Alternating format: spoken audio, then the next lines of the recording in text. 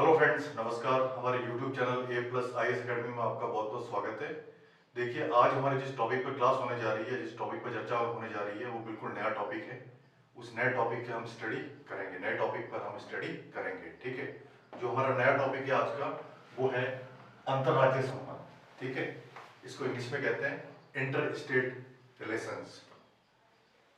अंतर्राज्यीय यानी दो राज्यों के बीच में आपसी क्या संबंध है, उसके क्या क्या रूल्स है, क्या क्या कानून उसके लिए बना हुआ है, उसके बारे में हम स्टडी करेंगे। ठीक है, देखिए, ये जो क्लास है, ये टॉपिक है, ये यूपीएससी एग्जाम में जो आईएएस का एग्जाम है उस हिसाब से बहुत इंपॉर्टेंट है। और स्टेट एडमिनिस्ट्रेशन सर्विस के जो एग्जाम है, पीएससी एग्जाम, उस हिसाब से भी बहुत इंपॉर्टेंट टॉपिक है। इसलिए आप लोग सोच समझ के पूरा फोकस करते हुए अच्छी तरह से इसकी स्टडी करें। ठीक है, तो हम स्टार्ट करने जा रहे हैं इंटर स्टेट रिलेशंस, अंतर्राज्यीय संबंध। ठीक है, और इसकी स्टडी भी पॉइंट टू पॉइंट स्टडी होगी। हम इसकी चर्चा बिंदुवार करेंगे। ठीक है, बिंदुवार चर्चा करेंगे, पैराग्राफ टाइप चर्चा नहीं करेंगे, बिंदुवार इसकी चर्चा होगी। ठीक है, तो हम स्टार्ट करते हैं इंटर स्टेट रिलेशंस। ठीक है, हम स्टार्ट करते हैं अंतर्राज्यीय संबंध, इंटर स्टेट रिलेशंस। ठीक है, देखिए, ये पॉलिटिकल साइंस का सबसे अच्छा टॉपिक है, सबसे इंपॉर्टेंट टॉपिक है। तो इसमें जो आपका सबसे पहला पॉइंट है वो ये है, भारतीय संघीय व्यवस्था की सफलता मात्र केंद्र तथा राज्यों के संबंधों तथा घनिष्ठ सहभागिता पर ही नहीं अपितु राज्यों के अंतर संबंधों पर भी निर्भर करती है। देखिए, इस लाइन में क्या समझाया गया है।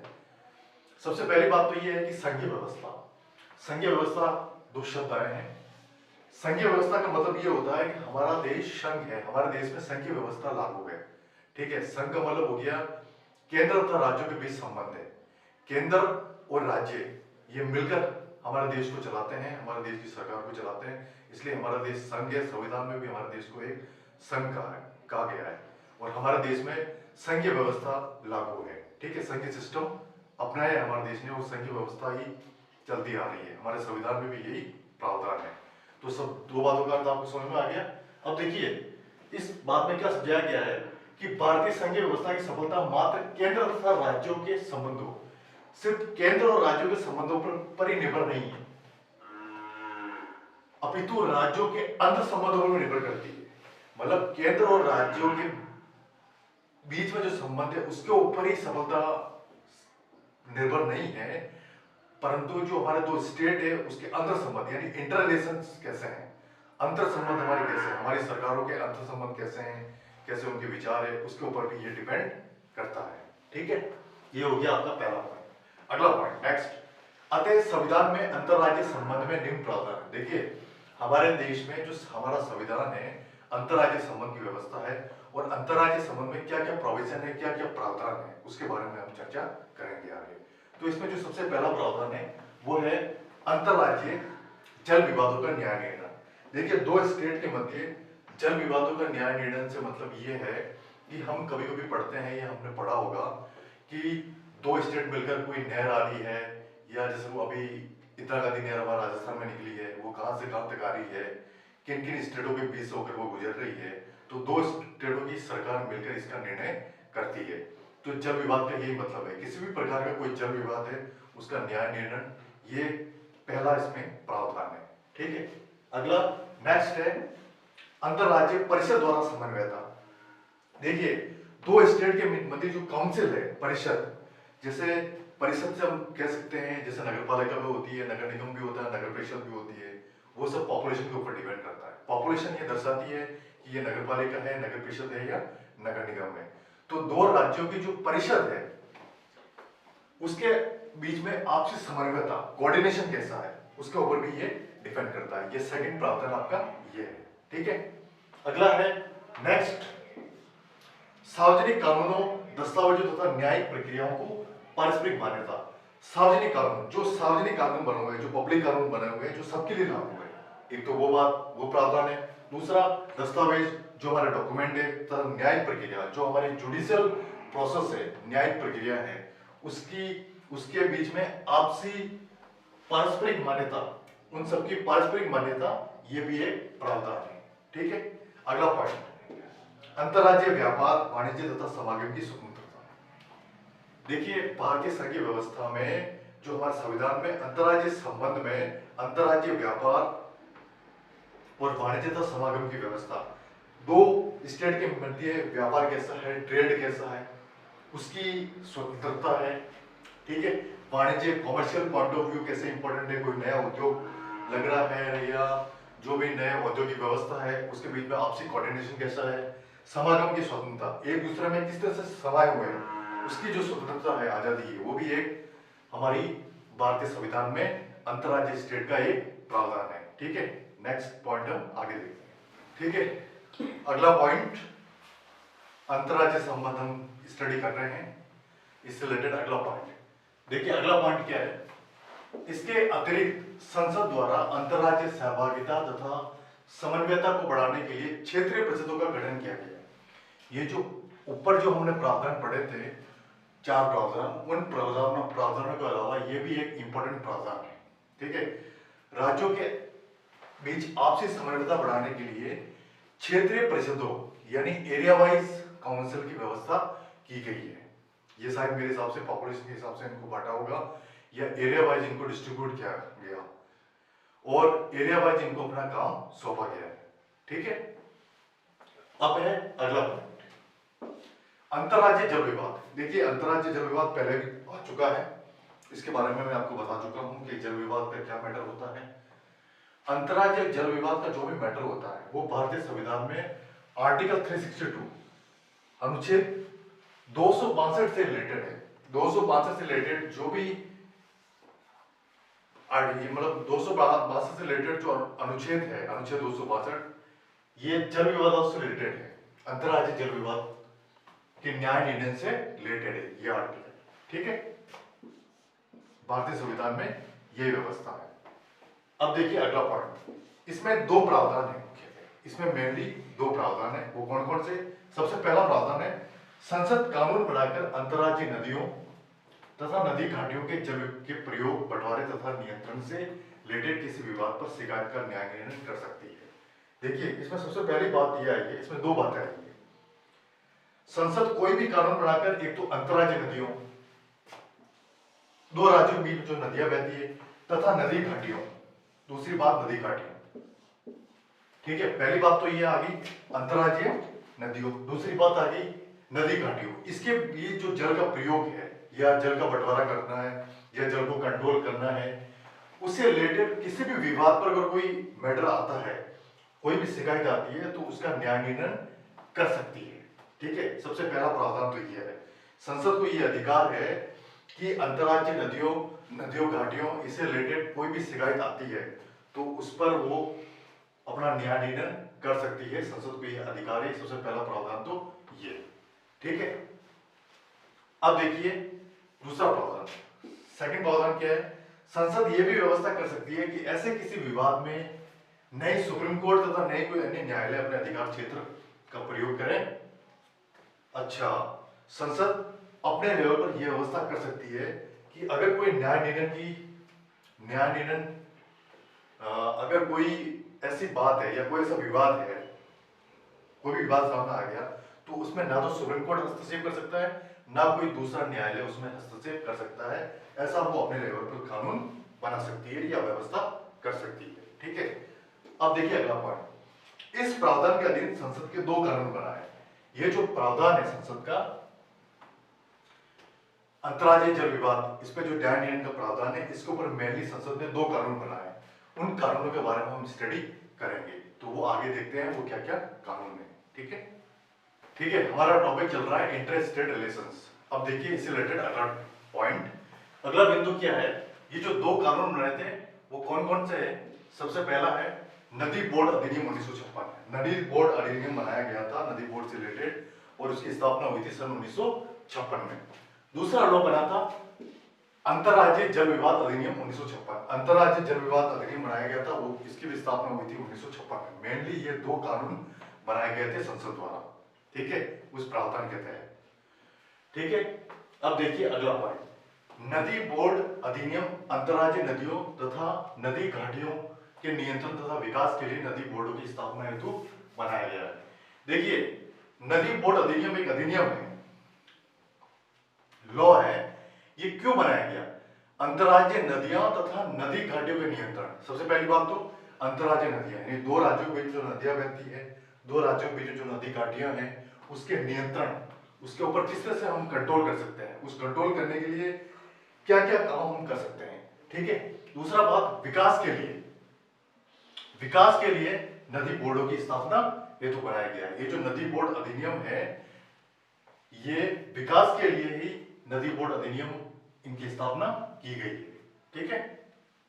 अब है अगला पॉइंट, नदी बोर्ड की स्थापना संबंधित राज्यों के निवेदन पर केंद्र सरकार द्वारा उन्हें सलाह देने हेतु की जाती है। देखिए, नदी बोर्ड की स्थापना क्यों की गई? जो भी उससे रिलेटेड राज्य है, उनके निवेदन पर केंद्र सरकार द्वारा उन्हें सलाह देने हेतु की जाती है।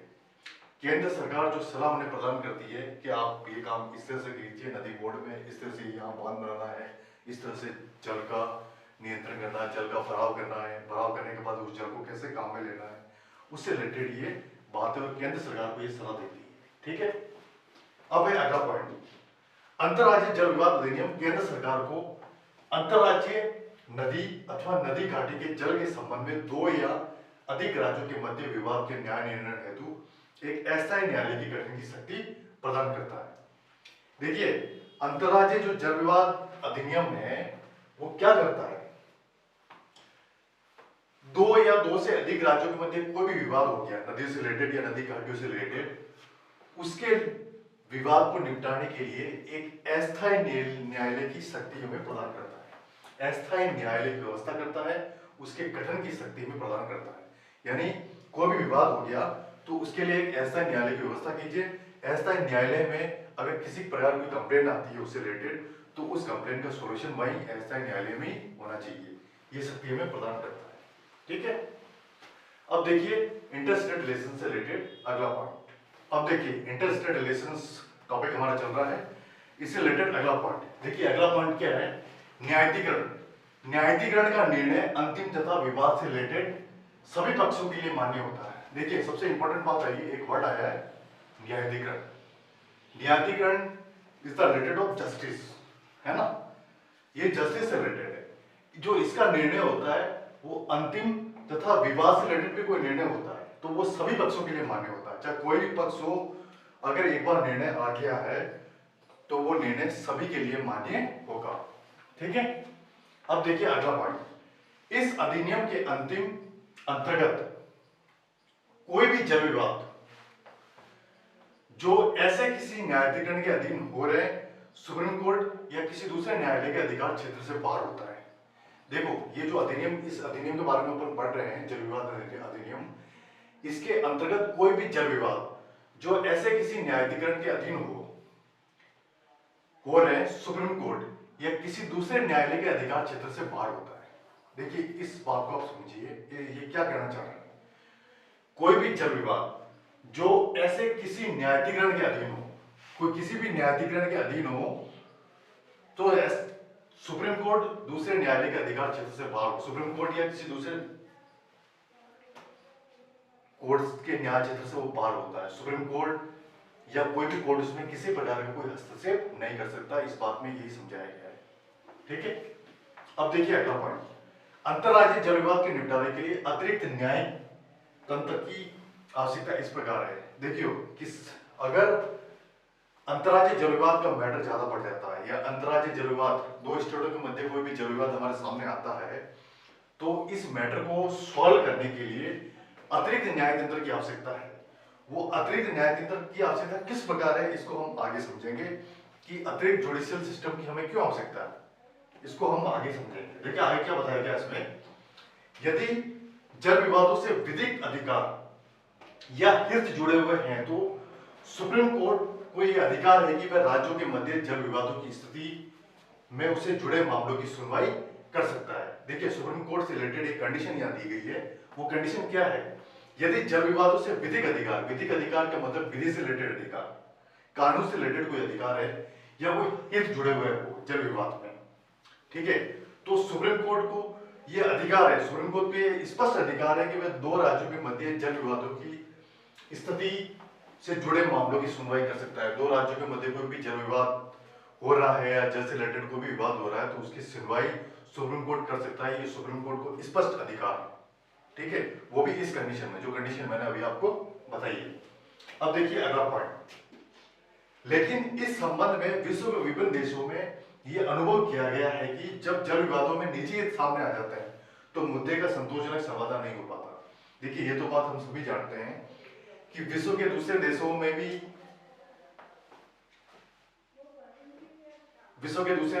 ये एक्सपीरियंस लिया गया है कि जल विवाद की स्थिति में अगर कोई अपना निजी हित सामने आ जाता है, कोई भी जल विवाद का निपटारा है, अब उसमें कोई लोकल लोग है, अब वो कह रहे हैं हमारा कोई निजी हित अगर उनका सामने आ जाता है, सभी का कल्याण उसमें होना चाहिए। निजी हित से रिलेटेड अगर कोई बात सामने आ जाती है तो फिर उस मुद्दे का जो संतोषजनक समाधान नहीं हो पाता, उस मुद्दे का संतोषजनक सॉल्यूशन नहीं निकल पाता, क्योंकि जो भी कानून होता है वो सार्वजनिक होता है, सभी के लिए समान होता है, उसमें सभी का भला हो, ठीक है, क्योंकि निजी हित सामने आ जाने से फिर उसका संतोषजनक समाधान नहीं हो पाता। ठीक है, अब देखते हैं अगला पॉइंट। ठीक है, हमारा टॉपिक चल रहा है इंटर स्टेट रिलेशंस। अब देखिए इससे रिलेटेड अगला पॉइंट, देखिए अगला पॉइंट क्या है, अब तक यानी 2016 तक, अब तक का मतलब ईयर 2016 तक जो केंद्र सरकार ने 8 अंतरराज्यीय जल विवाद न्याय निर्णय अधिकरणों का गठन किया है। ठीक है, यानी 2016 तक केंद्र सरकार ने 8 न्यायाधिकरणों की व्यवस्था की है या गठन किया है न्याय निर्णय से रिलेटेड, जल विवाद से, वो भी जल विवाद से रिलेटेड। ठीक है, अब देखिए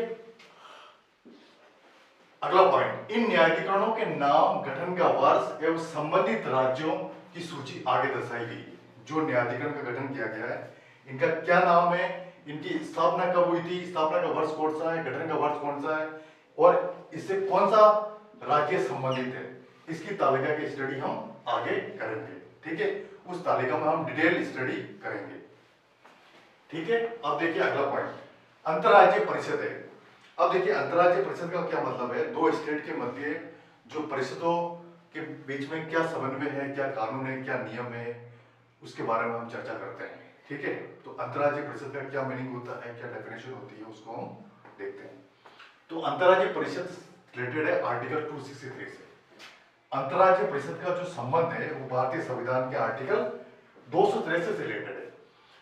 राज्यों के मध्य तथा केंद्र तथा राज्यों के मध्य संबंध समन्वय के लिए अंतरराज्यीय परिषद के गठन की व्यवस्था करता है।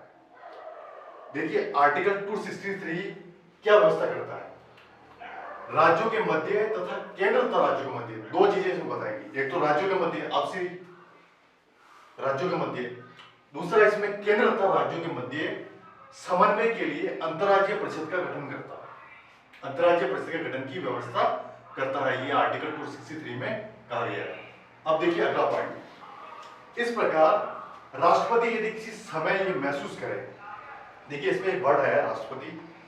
राष्ट्रपति क्या होता है, राष्ट्रपति हमारे देश का सर्वोच्च पद है, प्रथम नागरिक होता है, और ये भारतीय संविधान के कौन से आर्टिकल से रिलेटेड होता है, राष्ट्रपति की क्या क्या शक्तियां होती है, ठीक है, राष्ट्रपति कैसे काम करता है, राष्ट्रपति को आप कैसे हटा सकते हैं, इन सब के बारे में डिटेल में क्लास में आपको बता चुका हूं पहले।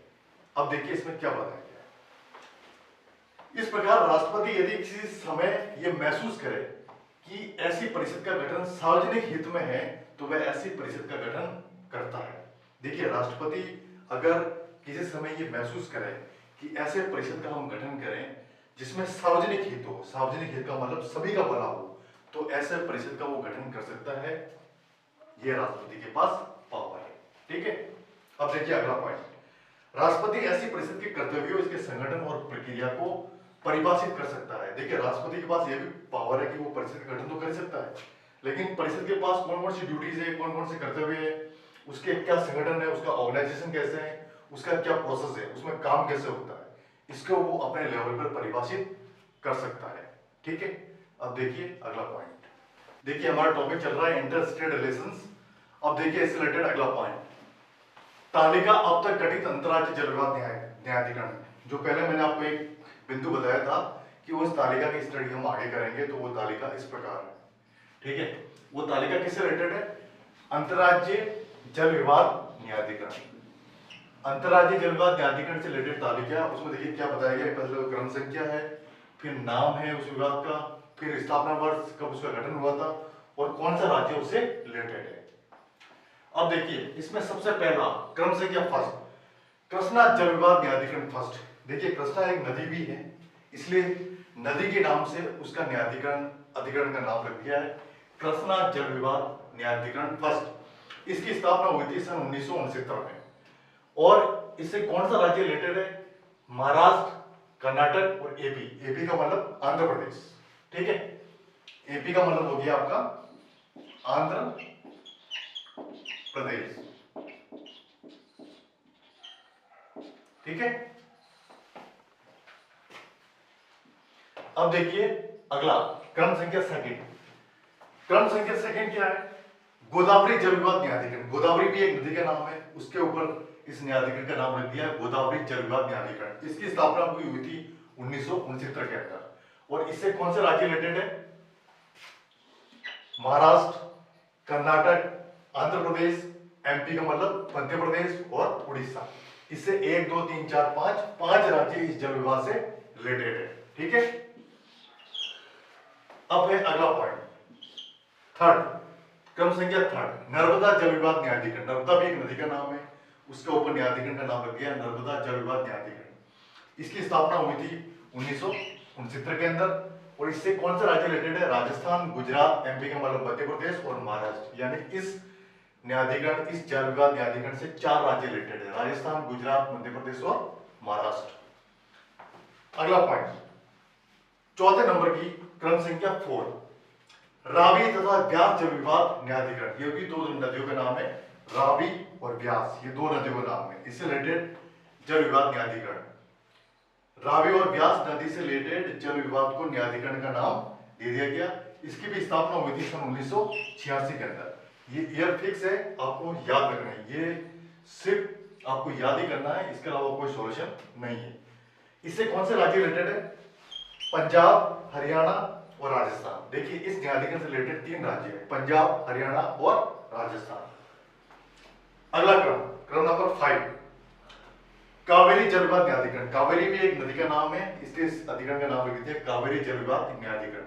इसकी स्थापना हुई थी सन 1990 के अंदर। इससे कौन से राज्य रिलेटेड है? कर्नाटक, केरल, तमिलनाडु और पुदुचेरी। इससे 4 राज्य रिलेटेड है, कर्नाटक है, केरल है, तमिलनाडु है और पुदुचेरी। जो पांडिचेरी है उसका नाम पुदुचेरी कर दिया गया, ठीक है। अब है क्रम संख्या 6। देखिए इसमें क्या है? कृष्णा जल विवाद न्यायाधिकरण सेकंड। इस न्यायाधिकरण का नाम है कृष्णा जल विवाद न्यायाधिकरण सेकंड। कृष्णा भी एक नदी का नाम है, इसलिए इसका नाम रख दिया कृष्णा जल विवाद न्यायाधिकरण सेकंड। इसकी स्थापना हुई थी सन 2004 में। और इससे कौन सा राज्य रिलेटेड है? महाराष्ट्र, कर्नाटक और एपी। एपी का मतलब आंध्र प्रदेश। यानी इस न्यायाधिकरण से 3 राज्य रिलेटेड है, महाराष्ट्र, कर्नाटक और आंध्र प्रदेश। अब देखिए इस तालिका की स्टडी हमने की है, ये तालिका और भी आगे, इसमें 3 पॉइंट और है, 3 क्रम और है, उसकी स्टडी हम आगे करते हैं। इस तालिका को आपको अच्छी तरह से याद रखना है, ये कंपटीशन पॉइंट ऑफ व्यू बहुत ही इंपॉर्टेंट है, ठीक है। अब हम आगे देखते हैं, ठीक है। हमारा टॉपिक चल रहा है अंतर्राज्यीय संबंध, इंटर स्टेट रिलेशंस। इसमें देखिए जो तालिका हम पढ़ रहे थे, उस तालिका में है मेरे क्रम नंबर 7। देखिए क्रम नंबर 7 क्या है? वंशधारा जल विवाद न्यायाधिकरण। इस न्यायाधिकरण का नाम है वंशधारा जल विवाद न्यायाधिकरण। इसकी स्थापना हुई थी सन 2010 के अंदर। और इससे कौन सा राज्य रिलेटेड है? Orissa and AP. एपी का मतलब आंध्र प्रदेश। यानी इस न्यायाधिकरण से 2 राज्य रिलेटेड है, उड़ीसा और आंध्र प्रदेश। अगला क्रम है क्रम नंबर 8, उसका नाम है महादायी जल विवाद न्यायाधिकरण। इस न्यायाधिकरण का नाम है महादायी जल विवाद न्यायाधिकरण। इसकी स्थापना हुई थी सन 2010 में। और इससे कौन से राज्य रिलेटेड है? गोवा, कर्नाटक और महाराष्ट्र। देखिए इस न्यायाधिकरण से 3 राज्य रिलेटेड है, गोवा, कर्नाटक और महाराष्ट्र। अगला क्रम है 9, इस न्यायाधिकरण का नाम है महानदी जल विवाद न्यायाधिकरण, ठीक है। और इसकी स्थापना हुई थी सन 2018 के अंदर। और इससे कौन सा राज्य रिलेटेड है? उड़ीसा और छत्तीसगढ़। देखिए इस टोटल तालिका में 9 न्यायाधिकरण है। 9 न्यायाधिकरणों के बारे में हमने पढ़ा है। इस तालिका को आप अच्छी तरह से पढ़े, याद करें, इसको सिर्फ रट ले आप, ठीक है। ये आपका एग्जाम पॉइंट ऑफ व्यू दृष्टि से बहुत ही इंपॉर्टेंट है। अब देखिए अगला पॉइंट। अगला पॉइंट क्या है? यद्यपि राष्ट्रपति को अंतर्राज्यीय परिषद के कर्तव्यों के निर्धारण की शक्ति प्राप्त है, तथापि आर्टिकल 263 इसके कर्तव्यों का उल्लेख करता है। देखिए हमारे भारत के राष्ट्रपति को अंतर्राज्यीय परिषद के कर्तव्यों के निर्धारण की शक्ति प्राप्त है। अंतर्राज्यीय परिषद, 2 स्टेट के मध्य जो परिषद है, उसके क्या कर्तव्य है, उस कर्तव्य के निर्धारण की शक्ति राष्ट्रपति को प्राप्त है, और वो कौन से आर्टिकल से रिलेटेड है? आर्टिकल 263 से रिलेटेड है, इसके कर्तव्य का उल्लेख करता है। जो भारतीय संविधान का आर्टिकल है, आर्टिकल 263 इसके कर्तव्य का उल्लेख करता है। अब देखिए अगला पॉइंट, इसमें 3 तरह की कंडीशन दी गई है। वो 3 कंडीशन क्या है? सबसे पहली कंडीशन है राज्यों के मध्य उत्पन्न विवादों की जांच करना तथा ऐसे विवादों पर सलाह देना। सबसे पहली बात तो आर्टिकल 263 क्या करता है? राज्यों के मध्य अगर कोई भी विवाद उत्पन्न हो गया है तो उस विवाद की सबसे पहले तो वो जांच करेगा, और जांच करने के बाद उस विवाद को कैसे सॉर्ट आउट करे उसके लिए वो सलाह भी देगा। ये सबसे पहली कंडीशन। दूसरी बी, उन विषयों पर जिनमें राज्यों अथवा राज्यों का समान हित हो, अन्वेषण तथा विचार विमर्श करना। देखिए उन विषयों पर वो डिस्कस कर सकता है जिनमें राज्य हो या केंद्र तथा राज्यों का समान हित हो, केंद्र और राज्य दोनों का बराबर उसमें हित हो, बराबर उसमें उसका मतलब हित हो, अहित नहीं होना चाहिए, अन्वेषण हो, किसी प्रकार का अन्वेषण हो तथा विचार विमर्श करना हो, उसके ऊपर वो उल्लेख करता है। अगला पॉइंट है सी में क्या बताया गया? ऐसे विषयों तथा विशेष तौर पर नीति तथा इसके क्रियान्वयन में बेहतर समन्वय के लिए संस्तुति करना। देखिए ये बहुत ही इंपॉर्टेंट है। ऐसे विषयों तथा विशेष तौर पर नीति से रिलेटेड है, नीति तथा इसके क्रियान्वयन में, पहले तो नीति बनाएगा, कोई भी पॉलिसी बनाएगा, फिर उसका क्रियान्वयन करेगा, उसके दोनों के नीति और क्रियान्वयन के बीच में क्या समन्वय है उसके लिए वो संस्तुति करेगा। ठीक है, अब देखते हैं अगला पॉइंट। हमारा जो टॉपिक चल रहा है इंटरस्टेट रिलेशंस, अगला पॉइंट है वो क्या है? परिषद के अंतर्राज्यीय विवादों पर जांच करने तथा सलाह देने के कार्य सुप्रीम कोर्ट के आर्टिकल 131 के अंतर्गत सरकारों के मध्य कानूनी विवादों के निर्णय के अधिकार क्षेत्र के संपूरक है। देखिए इस बात में क्या बताया गया है? जो परिषद है, काउंसिल है, उसमें जो अंतर्राज्यीय विवाद होता है, किसी भी तरह का इंटरस्टेट कोई विवाद हो गया, उसकी जांच करने तथा सलाह देने के लिए सुप्रीम कोर्ट के द्वारा जो आर्टिकल 131, एक तो आर्टिकल 131 के अंतर्गत सरकारों के मध्य कानूनी विवाद को निर्णय के अधिकार क्षेत्र के संपूरक है।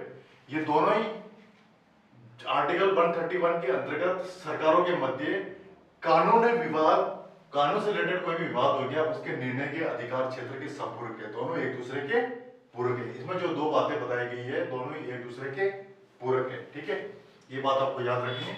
अगला पॉइंट, परिषद किसी विवाद चाहे कानूनी अथवा गैर कानूनी का निष्पादन कर सकती है, किंतु इसका कार्य सलाहकारी है, न कि न्यायालय की तरह अनिवार्य रूप से मान्य नहीं है। देखिए परिषद में कोई भी विवाद आ जाता है तो उस विवाद चाहे वो कानूनी हो या गैर कानूनी हो, उसका सॉल्यूशन करने के लिए सॉल्यूशन कर सकती है परिषद, किंतु जो इसका कार्य है वो सिर्फ सलाह देने का होगा। ठीक है, न्यायालय की तरह अनिवार्य रूप से मान्य निर्णय नहीं, इसका काम सिर्फ सलाह देना होगा, न्यायालय की तरह से अनिवार्य कानून नहीं होगा। न्यायालय में जो अनिवार्य कानून होता है ना, आदेश कि ये तो होना ही चाहिए, वो ऐसा नहीं होगा, इसमें सिर्फ सलाह देने का काम होगा। ठीक है, अब है अगला पॉइंट, आर्टिकल 263 के उपरोक्त उपबंधों के अंतर्गत राष्ट्रपति संबंधित विषयों पर नीतियों तथा उसके क्रियान्वयन में बेहतर समन्वय के लिए निम्न परिस्थितियों का गठन कर चुका है। देखिए एक तो आर्टिकल 263 के तहत संविधान में व्यवस्था है ये, इसके अतिरिक्त भी राष्ट्रपति उससे रिलेटेड विषयों पर नीतियों, पॉलिसीज या उसके क्रियान्वयन में बेहतर समन्वय के लिए निम्न परिस्थितियों का गठन कर चुका है। जो परिस्थितियां गठन की है उन परिस्थितियों के बारे में हम स्टडी करेंगे। उसमें जो सबसे पहली परिस्थिति है उस परिस्थिति का नाम है केंद्रीय स्वास्थ्य परिषद। केंद्रीय स्वास्थ्य परिषद का गठन राष्ट्रपति कर चुका है। ठीक है, अब देखिए आज की जो क्लास हमारी हुई थी वो इंटरस्टेट रिलेशंस यानी अंतरराज्यीय संबंध, 2 राज्यों के बीच में किस तरह के संबंध है, उनमें क्या क्या विवाद है, उन विवादों का सॉल्यूशन कैसे हुआ। ठीक है, अब इस क्लास में हमने इंपॉर्टेंट एक तालिका की भी स्टडी की, उस तालिका में विवाद प्लस उसका स्थापना वर्ष प्लस उसे कौन सा राज्य उससे रिलेटेड है उसके बारे में हमने डिटेल स्टडी की है। ठीक है, तो आज की क्लास जो इंटर स्टेट रिलेशंस है वो कंपटीशन एग्जाम के पॉइंट ऑफ व्यू बहुत ही इंपॉर्टेंट है। तो आप इस क्लास का अच्छी तरह से स्टडी करें, पढ़े समझे और उसके बाद में इसकी स्टडी करें, क्योंकि मैंने इस क्लास में आपको सारी चीजें पॉइंट टू पॉइंट क्लियर की है। कोई भी डाउट हो तो आप कमेंट में मुझे बता सकते हैं। ठीक है, आज की क्लास को मैं यही समाप्त करता हूँ, नेक्स्ट क्लास हम आगे देखेंगे।